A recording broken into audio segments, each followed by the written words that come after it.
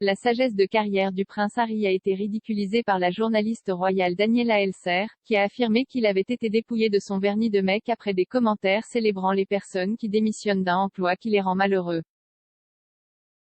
Le duc de Sussex, 37 ans, qui s'est retiré de son rôle dans la famille royale l'année dernière avec son épouse Meghan Markle, 40 ans, a été qualifié de démissionnaire des emplois le plus célèbre de l'histoire à part son grand-oncle le roi Édouard VIII. Harry, qui vit maintenant en Californie, a participé cette semaine à une séance de questions-réponses sur la santé mentale avec le magazine économique américain Fast Company. Ancien membre de la famille royale et ancien soldat, le duc est maintenant le responsable de l'impact de la société de santé mentale et de coaching Better Up. Au cours de son entretien, publié lundi, Harry a été interrogé sur l'augmentation de l'épuisement professionnel et des démissions d'emploi pendant la pandémie de Covid-19.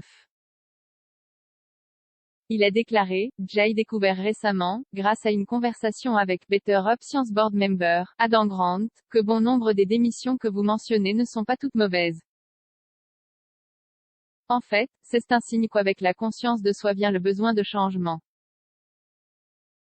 De nombreuses personnes dans le monde ont été coincées dans des emplois qui ne leur apportaient pas de joie, et maintenant elles accordent la priorité à leur santé mentale et à leur bonheur. C'est quelque chose à célébrer. » Harry, qui a parlé de sa propre santé mentale à plusieurs reprises, avait peut-être de bonnes intentions avec ses remarques, mais elles ne se sont pas bien passées dans certains milieux. La journaliste et rédactrice en chef du New Zealand Herald, Daniela Elser, a qualifié ses commentaires de plus grosse erreur à ce jour dans un article d'opinion le lendemain. Madame Elser a affirmé que les commentaires avaient rendu Harry déconnecté, soulignant que de nombreuses personnes ne pouvaient pas quitter leur emploi, même s'ils ne les rendaient pas heureux, car elles n'avaient pas la même richesse personnelle que lui. Elle a fustigé: « C'est cet homme, un homme avec un manque surprenant d'expérience de la vie réelle, qui offre volontiers une sagesse de carrière, quelque chose qui a autant de sens que de demander des conseils de rencontre au prince Andrew ou au prince Philippe, à l'époque, pour des conseils de conduite. » Elle a ajouté: « Ce que la joie d'arrêter Brua a fait, c'est enlever le plaquage de son personnage public de type appelez-moi Harry et a rappelé au monde qu'il était un homme qui, jusqu'à l'année dernière, vivait de la générosité de son père et jamais eu à payer une facture d'électricité de sa vie. » L'écrivain royal a affirmé que Harry avait reçu des millions de dollars de son père, le prince Charles, jusqu'à l'âge d'environ 35 ans. Après que Meghan et Harry ont annoncé l'année dernière qu'ils avaient l'intention de se retirer de leurs rôles royaux, de nombreuses spéculations ont été faites sur leurs finances. Harry a abordé la situation lors de son entretien explosif avec celui de Meghan avec Oprah Winfrey en mars de cette année, qui a été diffusé sur CBS et ITV. Il a affirmé que sa famille m'avait, littéralement coupé financièrement, au premier trimestre 2020. Des comptes financiers ont ensuite été publiés, montrant que Charles avait continué à financer Meghan et Harry jusqu'à l'été de l'année dernière. À l'époque, Harry a fait face à des allégations selon lesquelles son allégation selon laquelle il aurait été coupé financièrement ne correspondait pas au dossier financier.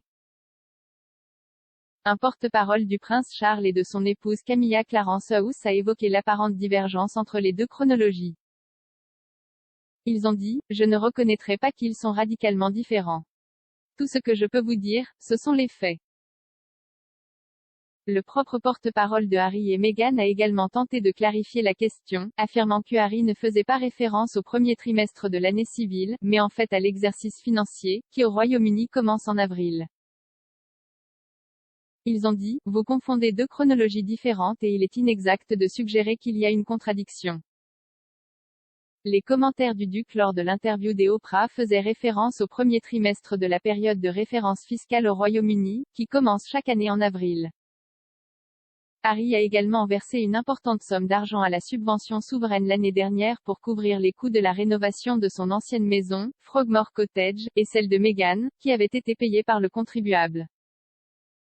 Sky News a rapporté que le remboursement de 2,4 millions de livres sterling de Harry comprenait également le loyer que le couple avait accumulé à Frogmore Cottage.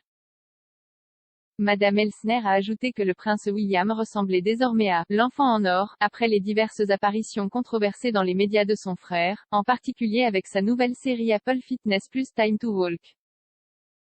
Elle a affirmé que le contraste entre ce que les deux faisaient était frappant, et a même suggéré que cela pouvait être embarrassant pour Harry.